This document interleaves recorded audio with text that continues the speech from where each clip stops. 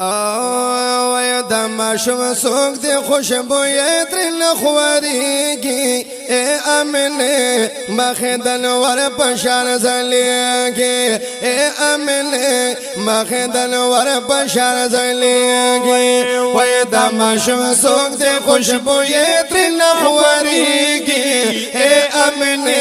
مخدن ور پشان زليږي اے امنه مخدن ور پشان زلیگی یا مخیه دلور نجل ودار دے مخیه دلور نجل ودار دے پاولا دیر زیاد حسن دار دے پاولا دیر زیاد حسن دار دے پاولا دیر زیاد حسن دار دے پاولا دیر زیاد حسن دار دے وی ہر سوک چی راشی ورطا گوری خیرانیگی اے امنی مخدن ور پشان زلیگی اے امنی مخدن ور پشان زلیگی وی دا ماشوم سوک دے خوشبوئی تر نخوریگی اے امنی مخدن ور پشان زلیگی اے امنی مخدن ور پشان زلیگی یا دا اختر جوڑ یو فضا دکنا یا بخلا دا ہر یو کس مسکا دا دا اختر جوڑ یو فضا دکنا بخلا دا ہر یو کس مسکا دا بخلا دا ہر یو کس مسکا دا ویل اوالا یہ ٹول دی دن لرا چلے گی اے املے مخدن ور پشان زلے گی اے املے مخدن ور پشان زلے گی دا ماشوم سوک دے خوشبوئی تر نخوریگی اے املے مخدن ور پشان زلیگی اے املے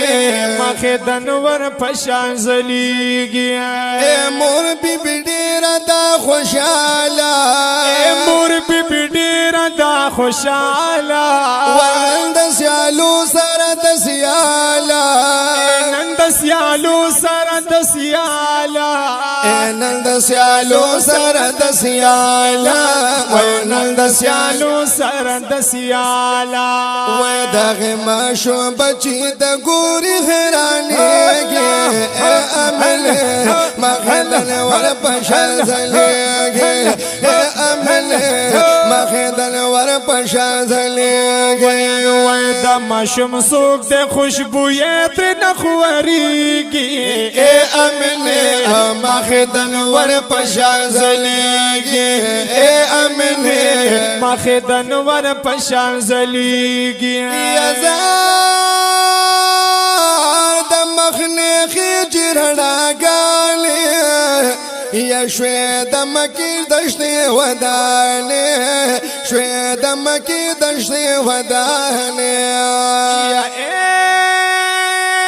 دا مخنی خیچ رڑا گالی شوی د مکی دشتی ودانی شوی د مکی دشتی ودانی چه سوک ور گوری پالی دوی نمڑیگی اے امنی مخدن ور پشان زلیگی اے امنی مخدن ور پشان زلیگی وی دا ماشوم سوک دے خوشبوئی تر نخوریگی اے امنی مخدن ور پشان زلیگی اے امنی مخدن ور پشان زلیگی اے صفت یہ لکی بہر حالا صفت یہ لکی بہر حالا اے زکریہ جانو بل نحالا اے زکریہ جانو بل نحالا اے زکریہ جانو بل نحالا اے زکریہ جانو بل نحالا وی دا یار پا مدہو سکون سلطا ملاویگی اے امنے مخدن ور پشان زلیگی اے امنے